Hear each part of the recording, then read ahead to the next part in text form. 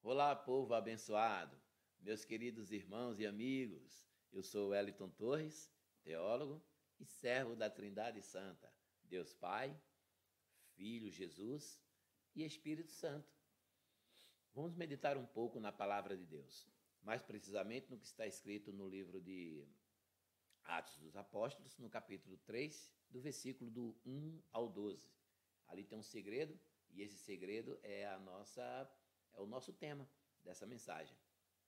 A chave da porta formosa que está em Atos 3. Bom, logo após a morte e ressurreição e subida, ascensão de Jesus Cristo aos céus, andava ali Pedro, desanimado, triste, cabisbaixo, diria que um tanto quanto desesperado, até porque ele, o Pedro, tinha negado Jesus, o seu mestre, naqueles dias. E para uma pessoa impetuosa, uma pessoa com características marcantes, fortes, o perfil de Pedro, digamos assim que não é fácil, não seria fácil. E isso martelava, ali no coração, martelava ali na mente de Pedro. Por isso, a sua tristeza. Mas Pedro tinha amigo. Ou seja, a Bíblia diz lá em Provérbios, no capítulo 18, que há amigos mais chegados que irmãos. Então Pedro tinha amigos. E ter bons amigos, claro, bem sabemos que sejam homens ou mulheres de Deus. Vale muito a pena ter amigos.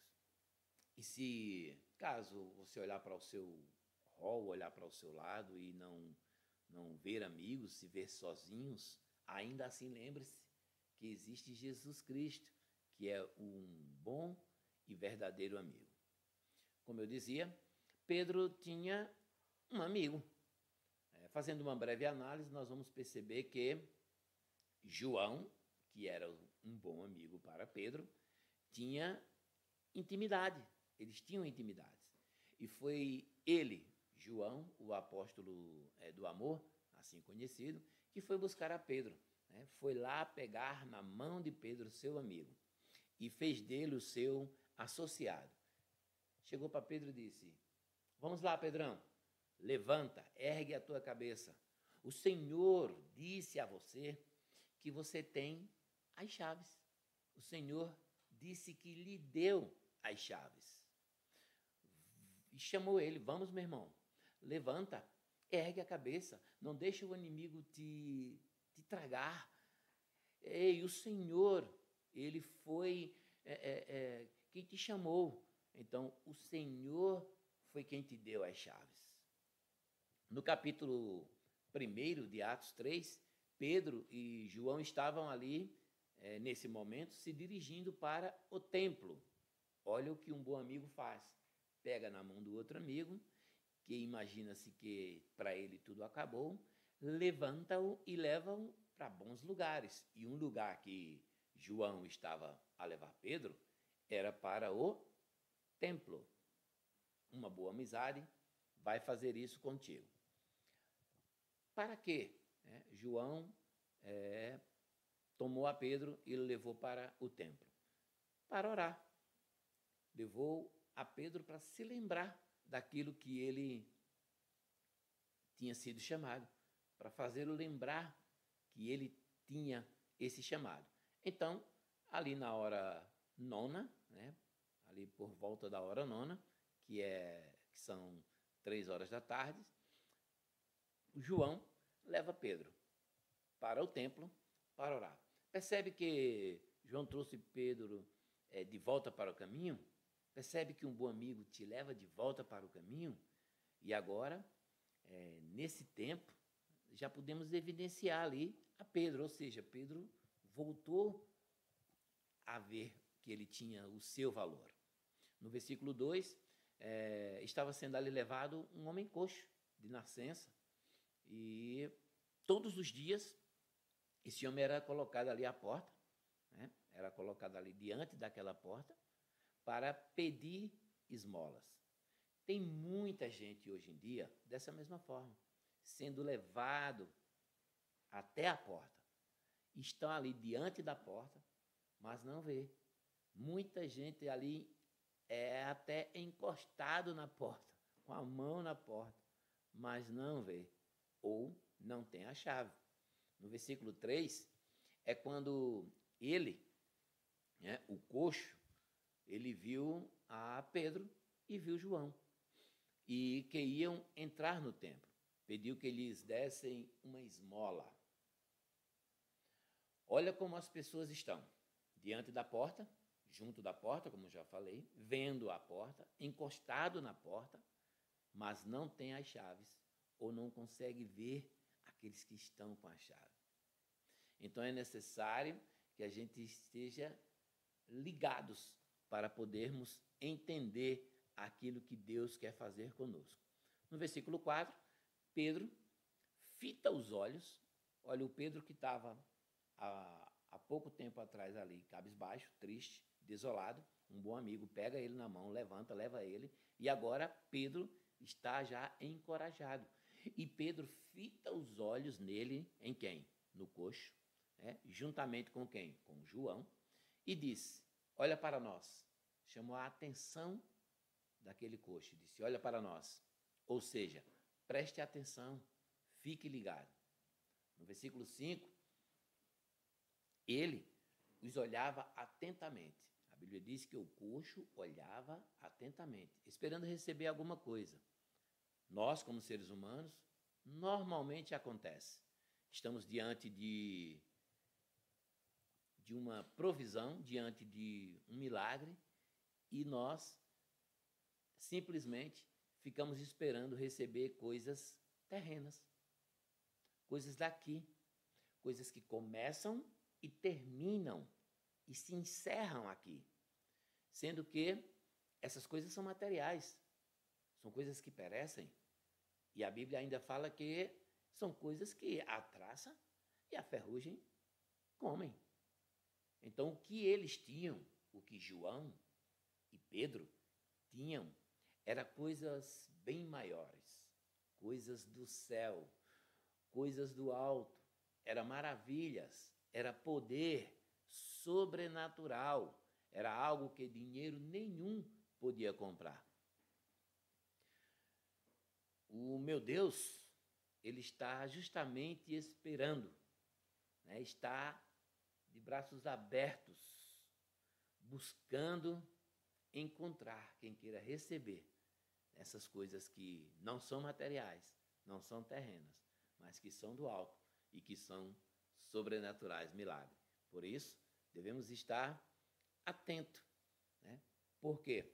Porque às vezes estamos como loucos, né? Estamos nos matando, né? Correndo e esquecendo que há um Deus que tem o melhor para nós e que é muito melhor. Agora imagina o desespero do cidadão que está ali esperando receber, obviamente, algo de valor, algum valor monetário. Imagina esse coxo que está ali agora sentado, querendo receber algo, olhando para os dois, como diz a Bíblia, fitado os olhos, né? E aí diz o versículo 6, né? Pedro, fitando os olhos neles, porém lhes diz, não tenho prata, olha, nem ouro, que era o que ele esperava, prata ou ouro, mas o que eu tenho, eu te dou. Então, o homem sem entender, na sua naturalidade que somos nós, sem perceber, encostado na porta, mas não vendo-a, ele disse, em nome de Jesus, o Nazareno, levanta-se e ande. Ou seja, aquele coxo que há tempo ali era levado para pedir esmolas, conhecido naquela cidade, agora estava diante de um grande desafio, que era o seu milagre recebido.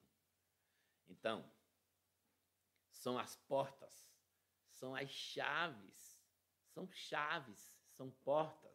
Você pode não estar entendendo, mas para Pedro e João, o milagre foi a chave para eles entrarem pela porta da congregação e falarem para aqueles homens sobre outra chave que abriria uma outra porta. Olha o mistério. A primeira chave que ele precisava era a chave de exercer o milagre, exercer aquilo que Jesus mandou que ele fizesse. Pedro e João, agora prontos, fizeram essa primeira parte e já começou a usar a sua chave, a chave do milagre. E ele foi lá e abriu a primeira porta. E um coxo, né, foi curado. E agora eles puderam entrar no templo. E ali dentro do templo estava se abrindo outra porta, porque a primeira porta já foi aberta com a chave do milagre. A chave é o arrependimento. Mas de que o arrependimento? De não acreditar em Jesus Cristo. E quem era a porta a qual o homem estava encostado tanto tempo? Era a porta formosa. E a porta formosa é Jesus. A porta formosa é Jesus Cristo. No versículo 7 e 8, diz: e pegando na mão direita do homem, o ajudou. Amigos que têm as chaves, que conhecem a porta formosa, ele toma você pela mão direita e ele te ajuda. E ele ajudou, levantando, louvando a Deus, de forma grandiosa, louvando a Deus, com graça, louvando a Deus. Todo o povo viu.